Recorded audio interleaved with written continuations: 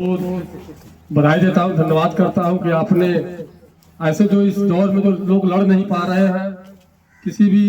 मुद्दे को लेकर के जिस तरीके से उनके हक अधिकार को छीना जा रहा है और जो लोग बोल रहे हैं उनको दबाया जा रहा है, तो आप इस दौर में भी इन क्रांतिकारी साथियों का जो स्वागत अभिनंदन किया इसके लिए आपको बहुत बहुत बधाई। साथ ही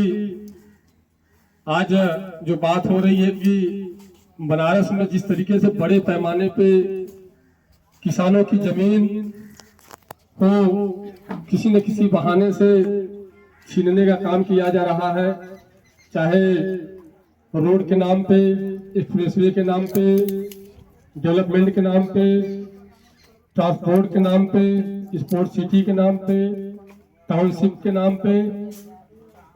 तो मैं आपको बताना चाहता हूँ कि पूरे बनारस में कम से कम अभी लगभग 40 गांवों की जमीन अधिग्रहण के प्रक्रिया में है और इसके बाद अभी और भी जमीनें उनको लेनी है। कुछ जगह तो उन्होंने नोटिफिकेशन जारी करके धारा 4 करके धारा 34 की प्रक्रिया में जाने वाले हैं,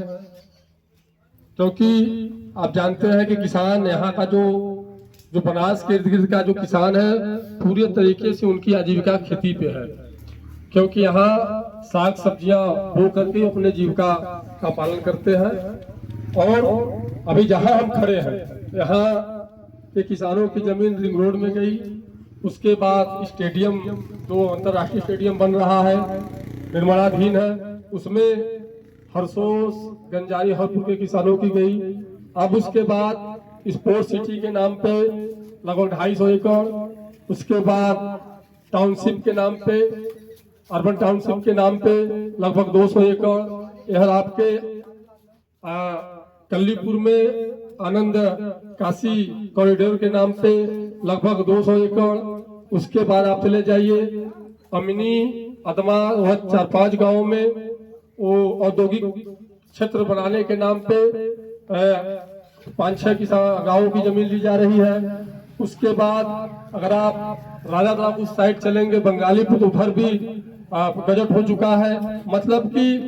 यहाँ आपके सामने जहाँ ट्रांसपोर्ट नगर का आंदोलन कई सालों से चल रहा था, उसके जो एक कलकत्ता के लिए रोड गई उसके दोनों तरफ, हाँ आपके गंगा किनारे जो रमणाबनपुरवा है वहां तक दोनों तरफ की जमीनों को उन लोगों ने पेपर के माध्यम से निकाला है कि वो जमीनें जाएंगी। तो कुल मिला जुला करके बनारस में लगभग अगर देखा जाए 2031 महायोजना को अगर देखा जाए तो उसके हिसाब से लगभग 125 गांवों की जमीन को लेनी है। ये बहुत बड़ा हमला है किसानों पे। और दूसरी बात कि यहाँ किसानों की कोई सुनने वाला नहीं है। अगर वो अपनी बात भी कहना चाह रहे हैं तो अपनी बात भी नहीं रख पा रहे हैं, कोई अधिकारी सुनने के लिए नहीं तैयार है। तो कुल मिला जुला करके चारों तरफ से किसानों पे हमला है। तो मैं बस इतना कहना चाहूंगा कि आप लोगों का जो यात्रा चल रहा है, इस यात्रा के माध्यम से जरूर इस बात को जहां जहां भी सभा हो रहा है इस बात को जरूर कहें, क्योंकि एक मामला यहाँ बनारस में और है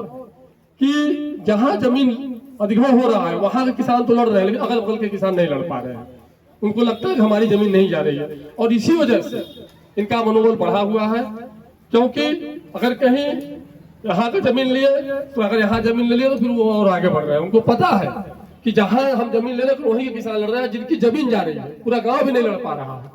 इस वजह से उनको और आसानी हो रही है जमीनों को लेने में। तो मैं आप लोगों से निवेदन करना चाहता हूँ इस मुद्दों को भी नंदा भाई, मेरी बात हो रही थी बैठ के राजू भाई से, वीरेंद्र यादव जी से, कि मैं आपसे चाहता हूं कि एक पूरे बनारस में जो सामाजिक संगठन है, साझा संस्कृति मंच है, जो और भी पार्टियां हैं, क्योंकि मैं देख रहा हूं कि इस मुद्दे पे इतना बड़े पैमाने पे किसानों की जमीन, ना कांग्रेस बोल रही है, ना समाजवादी बोल रहे हैं, ना विपक्षी कोई नेता, ना कोई पार्टी बोल पा रही है। उसका कारण क्या मुझे तो नहीं पता, लेकिन बड़े पैमाने पे जिस तरीके से किसानों की जमीन का अधिग्रहण हो रहा है कोई भी पार्टी आप बोल नहीं पा रही है। तो मैं आप लोगों से इतना निवेदन करना चाहता हूँ, एक बैठक बनारस में करके जितने विपक्ष के लोग हैं, सामाजिक संगठन के लोग हैं, वो बैठ करके एक कमिश्नर को ज्ञापन देने के नाम पे कम से कम एक डेलीगेशन मिले और उनसे किसानों की समस्याओं को अवगत कराए। तो मैं ज्यादा कुछ न कहते हुए एक बार फिर मैं ग्राम सभा गंजारी में जो आप लोग आज यहाँ आए हुए यात्रा लेकर के समान शिक्षा को लेकर के, मैं ग्राम सभा हरसोस की तरफ से, किसानों की तरफ से, गंजारी हरपुर की तरफ से मैं आप सभी का स्वागत अभिनंदन करते हुए मैं अपनी बात को समाप्त करता हूँ। जय किसान।